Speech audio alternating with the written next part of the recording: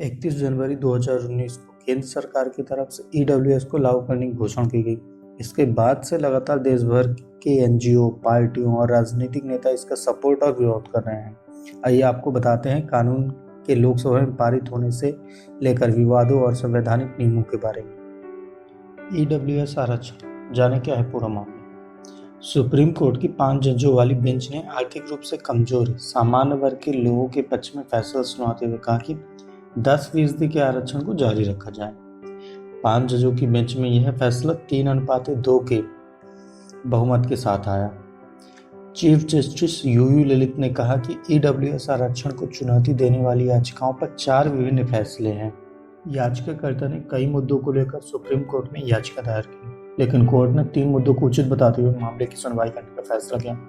First, क्या राज्यों को आर्थिक मानदंडों के आधार पर ईडब्ल्यूएस आरक्षण संशोधन का अधिकार संविधान के मूल ढांचे का उल्लंघन कहा जा सकता है। दूसरा, क्या निजी गैर सहायता प्राप्त संस्थानों में प्रवेश के बारे में राज्य को विशेष प्रावधान करने की अनुमति देकर संशोधन को संविधान के मूल ढांचे का उल्लंघन करने वाला कहा जा सकता है। और तीसरा क्या था, क्या एसईबीसी, ओबीसी, एससी, एसटी को ईडब्ल्यूएस आरक्षण के दायरे से बाहर करने में संशोधन को संविधान के मूल ढांचे का उल्लंघन कहा जा सकता है। याचिकाकर्ता ने तर्क दिया कि कोई व्यक्ति आर्थिक रूप से कमजोर वर्ग ईडब्ल्यूएस से संबंधित है या नहीं, यह निर्धारित करने के लिए 8 लाख रुपए की सालाना पारिवारिक आय की सीमा साफ तौर पर अजीबोगरीब है। अगर एनएसओ की उपभोक्ता व सर्वेक्षणों की रिपोर्ट का भरोसा किया जाए तो ज्यादातर लोग ईडब्ल्यूएस की श्रेणी में आ जाएंगे। इससे गरीब समुदाय के विशेष लाभ नहीं होने वाला।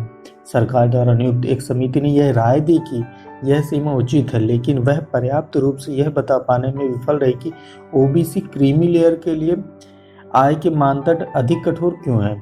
इसके अलावा 8 लाख का यह आंकड़ा आबादी में ईडब्ल्यूएस श्रेणी में आने वाले लोगों की अनुमानित संख्या और उनसे संबंधित आय के किसी भी डेटा के अनुरूप। जस्टिस रविंद्र भट्ट ने कहा कि संविधान सामाजिक न्याय के साथ छेड़छाड़ की अनुमति नहीं देता है। ईडब्ल्यूएस कोटा संविधान के आधारभूत ढांचे के तहत ठीक नहीं है। उन्होंने आगे कहा, आरक्षण की लिमिट पार करना बेसिक स्ट्रक्चर के खिलाफ है।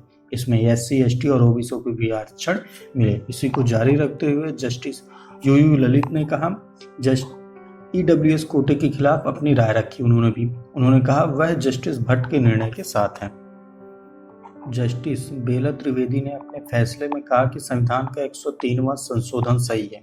एससी, एसटी और ओबीसी को तो पहले से ही आरक्षण मिला हुआ है, इसलिए ईडब्ल्यूएस आरक्षण को इनमें शामिल नहीं किया जा सकता। इसलिए सरकार ने 10% अलग से आरक्षण दिया है। वहीं जस्टिस जेपी पार्टीवाला ने कहा कि ईडब्ल्यूएस कोटा सही है। मैं जस्टिस महेश्वरी और जस्टिस त्रिवेदी के फैसले के साथ हूं। उन्होंने अपने फैसले में कहा कि ईडब्ल्यूएस संशोधन को सही ठहरा।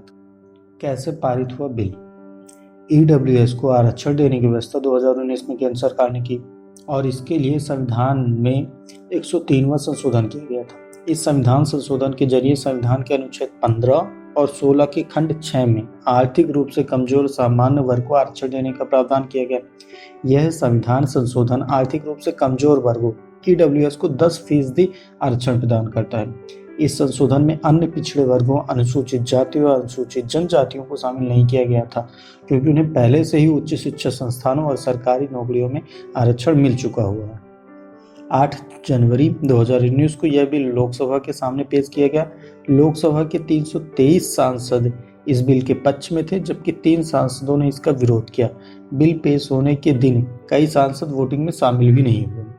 लोकसभा से मंजूरी मिलने के बाद 10 जनवरी को राज्यसभा में यह बिल पेश किया गया। इसके पक्ष में 165 सांसदों ने अपनी सहमति जताई, जबकि 7 सांसद इसके खिलाफ थे। संविधान संशोधन बिल को मंजूरी मिलने के बाद कई याचिकाएं दर्ज की गई। तमिलनाडु की 17 पार्टी डीएमके समेत कई याचिकाकर्ताओं ने इसके खिलाफ सुप्रीम कोर्ट में चुनौती दी। याचिकाकर्ताओं ने इस संविधान के खिलाफ बताया। पूछा गया कि क्या ईडब्ल्यूएस के तहत आर्थिक पिछड़ापन के आधार पर सरकारी नौकरियों और शैक्षणिक संस्थानों में आरक्षण देने की एकमात्र मानदंड हो सकता है। इसके बाद 2022 में संविधान पीठ का गठन हुआ और इसके बाद 13 और 14 सितंबर को chief justice UU Lalit, justice Dinesh Maheshwari, justice Ravindra Bhat, justice Bela M Trivedi और जस्टिस जेबी पाद्रीवाला की संविधान पीठ ने सुनवाई शुरू की।